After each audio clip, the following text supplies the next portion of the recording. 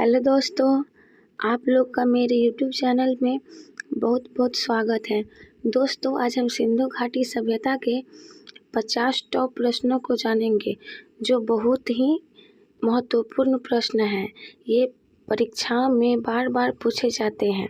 हाँ दोस्तों, प्राचीन भारत का 50 अति महत्वपूर्ण प्रश्नों को देखेंगे, जो बार बार एग्जाम में पूछे जाते हैं। कितने बार पूछे जा चुके हैं। दोस्तों, आप हमारे चैनल पे नए हो तो चैनल को सब्सक्राइब कर दीजिएगा, बेल आइकन को प्रेस कर लीजिएगा, ताकि किसी वीडियो का नोटिफिकेशन आप तक सबसे पहले पहुंचे। और लाइक और शेयर वीडियो को ज़रूर कीजिएगा। चलिए दोस्तों, टॉप 50 प्रश्नों को हम सॉल्व कर लेते हैं, जो कई बार एग्जाम में पूछे जा चुके हैं और आगे भी पूछने की इसकी बहुत ही ज़्यादा संभावना है। इसलिए आप इसे अच्छी तरह से याद रखिएगा। हमारा पहला क्वेश्चन है, सिंधु घाटी सभ्यता का प्रमुख बंदरगाह कहाँ पर था? यानी सिंधु घाटी सभ्यता का प्रमुख बंदरगाह है वो कौन है? इसका राइट आंसर होगा ऑप्शन सी, लोथल में। सिंधु घाटी सभ्यता का प्रमुख बंदरगाह लोथल में था, जो कि ऑप्शन नंबर सी में है। दोस्तों, मेरी आवाज़ थोड़ी फंस गई है, इसलिए मेरी आवाज़ अच्छे से नहीं आ पाएगी, तो इसके लिए माफ़ी चाहती हूँ। दूसरा क्वेश्चन है, हड़प्पा सभ्यता की खोज किस वर्ष में हुई थी? यानी हड़प्पा सभ्यता की खोज कब हुई थी?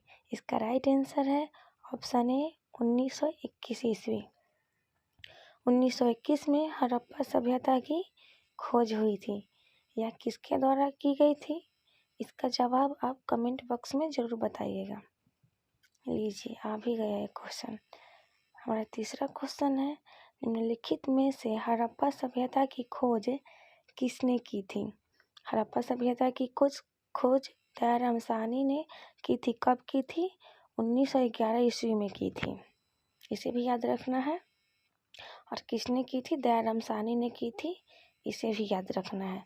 दोनों बहुत ही इम्पोर्टेंट क्वेश्चन है, जो बार बार एग्जाम में पूछे जाते हैं। अगला क्वेश्चन है क्वेश्चन नंबर 4, भारत में खोजा गया सबसे पहले पुराना शहर कौन सा है? यानी भारत का सबसे पहला पुराना शहर कौन सा है? इसका राइट आंसर होगा ऑप्शन ए, हड़प्पा। हड़प्पा सभ्यता या सिंधु सभ्यता का पहला पुराना शहर हड़प्पा ही है। हड़प्पा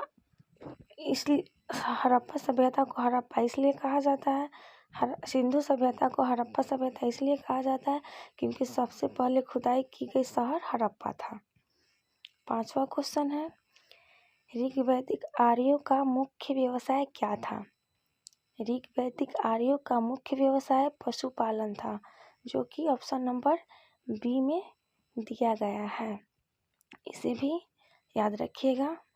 हमारा अगला क्वेश्चन है, चंद्रगुप्त मौर्य ने चाणक्य को अपना क्या बनाया था? चाणक्य का और नाम है विष्णुगुप्त, कौटिल्य और चाणक्य, 3 नाम है। इसको प्रधानमंत्री बनाया गया था चंद्रगुप्त मौर्य के द्वारा।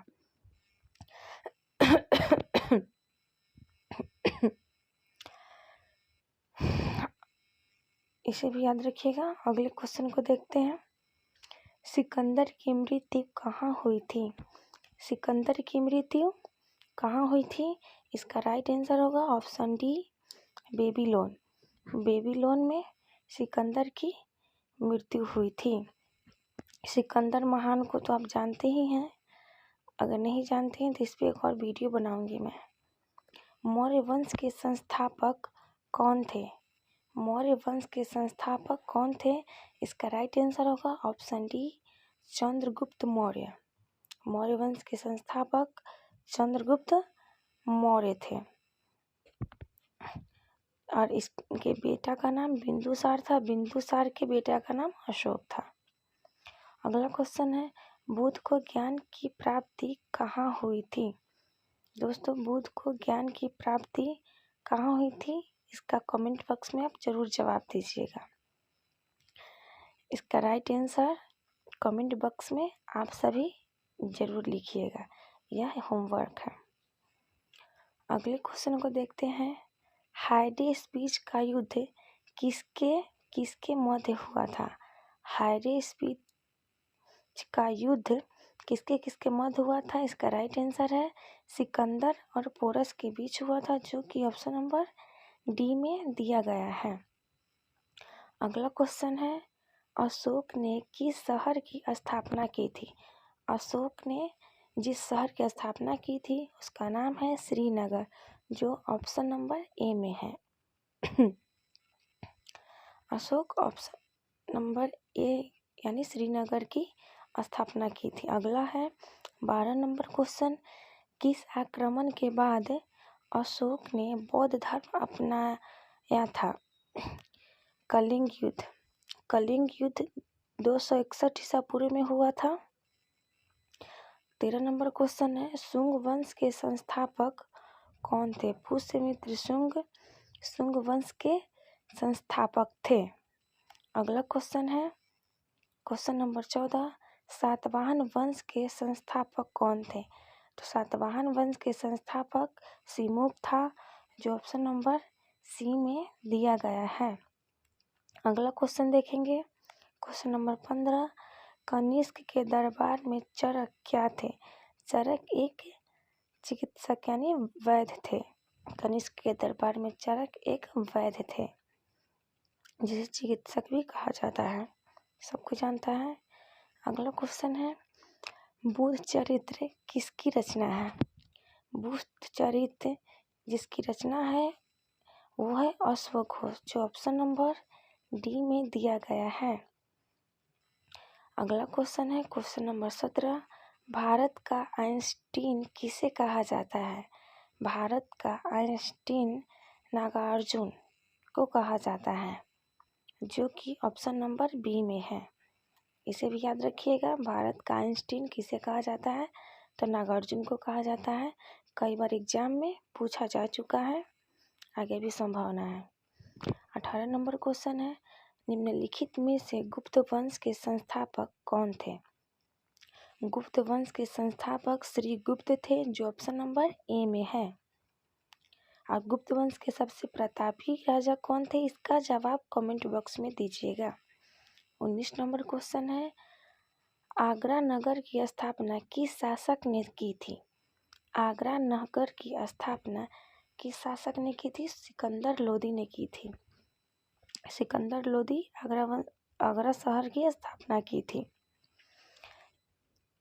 इसे भी याद करते हुए चलना है। जो भी मेन पॉइंट किसी क्वेश्चन से संबंधित बता रही हूँ, सबको आप अपने दिमाग में बैठाते हुए चलिएगा। 20 नंबर क्वेश्चन है, गुप्त वंश का वास्तविक संस्थापक कौन था? गुप्त वंश का वास्तविक संस्थापक चंद्रगुप्त प्रथम था।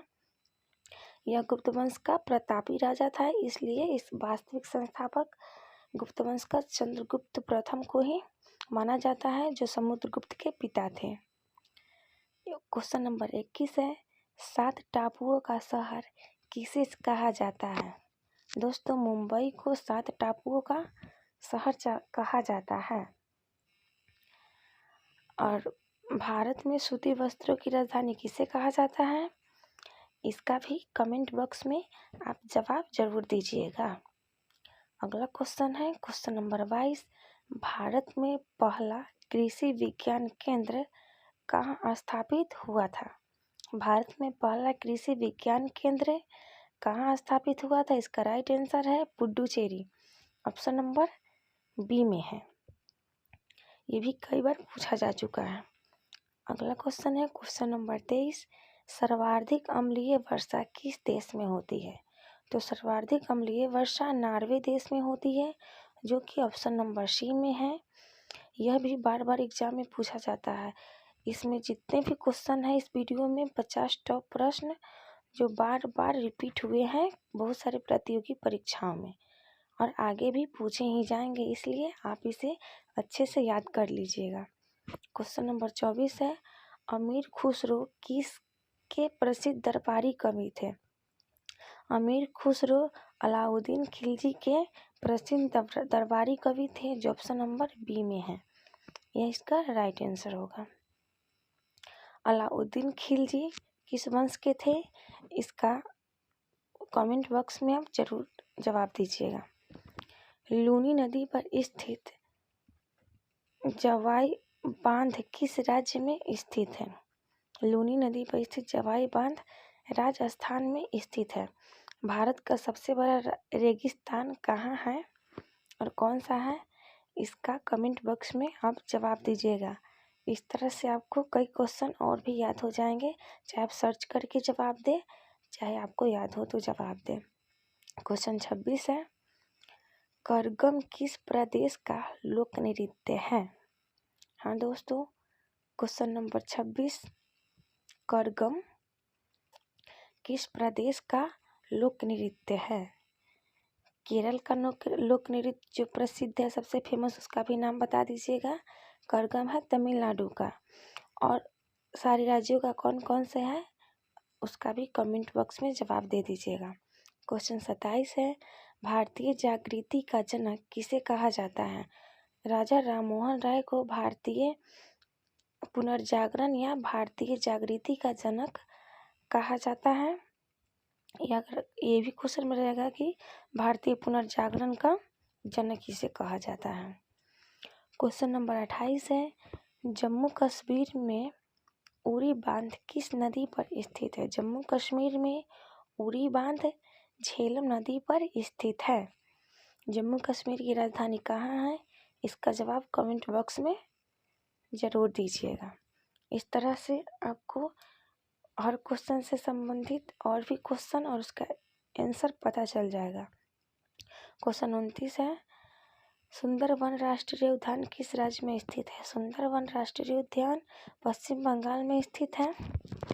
और सुंदरवन राष्ट्रीय उद्यान, सुंदरवन डेल्टा किस नदी पे बनता है? इसका भी जवाब दीजिएगा। क्वेश्चन नंबर 30, निम्नलिखित में से किस शहर से होकर नेत्रावती नदी बहती है? मंगलुरु से होकर नेत्रावती नदी बहती है। मंगलुरु किस राज्य में पड़ता है? इसका जवाब कमेंट में दीजिएगा। क्वेश्चन नंबर 31, निम्नलिखित में कौन सा स्थान जैन धर्म से संबंधित है? कौन सा स्थान जैन धर्म से संबंधित है? रत्नगिरी। इसका राइट आंसर होगा रत्नगिरी जैन धर्म से संबंधित है। श्रवण बेलगोला किससे संबंधित है? इसका जवाब कमेंट बॉक्स में दीजिएगा। क्वेश्चन नंबर 32, आधुनिक युग की मीरा के नाम से किसे जाना जाता है? एक लेखिका है जिनका नाम है महादेवी वर्मा, उन्हें ही आधुनिक युग की मीरा के नाम से जाना जाता है। महादेवी वर्मा की कुछ रचनाएं आप कमेंट बॉक्स में लिखिएगा। एक गौड़ा है रेखा चित्र, वो भी महादेवी वर्मा ने लिखा है। क्वेश्चन नंबर 33 है, निम्नलिखित में से कौन से विद्युत धारा की इकाई है? एम्पियर विद्युत धारा की इकाई है, अर्थात एम्पियर में विद्युत धारा को मापा जाता है। एंगस्ट्रम जूल किसकी इकाई है? इसका जवाब कमेंट में दीजिएगा। क्वेश्चन नंबर 34, इनमें से कौन सी नदी दक्षिण भारत की गंगा भी कही जाती है? दक्षिण भारत की गंगा किस नदी को कहा जाता है? यह है गोदावरी। अगर दक्षिणी गंगा कहा जाएगा तो ये हो जाएगा कावेरी। क्वेश्चन नंबर 35 देखेंगे, दक्षिणी गंगा किसे कहा जाता है? इसका जवाब कमेंट में दीजिएगा। क्वेश्चन नंबर 35, भारत के पहले राष्ट्रपति का क्या नाम था? भारत के पहले राष्ट्रपति का डॉक्टर राजेंद्र प्रसाद नाम था, जो संविधान सभा के द्वारा चुने गए थे। वायुमंडलीय दाब मापने का पैमाना क्या कहलाता है? वायुमंडलीय दाब को बैरोमीटर के द्वारा मापा जाता है। वोल्टमीटर से क्या मापते हैं? इसका जवाब कमेंट में दीजिएगा। गुरुत्वाकर्षण की खोज किसने की थी? गुरुत्वाकर्षण की खोज न्यूटन ने की थी। न्यूटन के कितने गति के नियम हैं? इसका जवाब कमेंट में आप दीजिएगा। जो भी मैं आपको कह रही हूँ, क्वेश्चन बता रही हूँ, उसका जवाब कमेंट में देते हैं तो आपको उससे रिलेटेड और भी क्वेश्चन याद हो जाएगा। मसालों का बगीचा किस शहर को कहा जाता है? राइट आंसर केरल होगा। केरल में भारत का सबसे ज़्यादा मसाला उपजाया जाता है, इसीलिए केरल को मसालों का बगीचा कहा जाता है। मसालों की रानी किसे कहा जाता है, इसका भी जवाब दीजिएगा।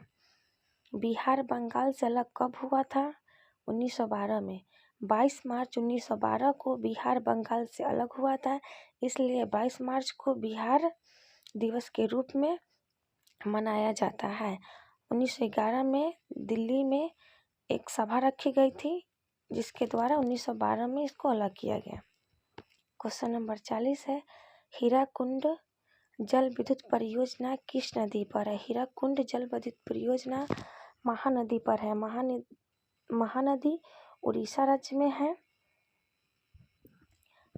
आप इसका जवाब ढूंढ के दीजिएगा कि महानदी उड़ीसा में है या फिर और कहीं है। क्वेश्चन नंबर 41, अमीबा में कुल कितने सेल यानी कोशिका होते हैं? अमीबा में कुल 1 सेल यानी कोशिका होते हैं। अमीबा भोजन का अंतर्ग्रहण किसके द्वारा करता है?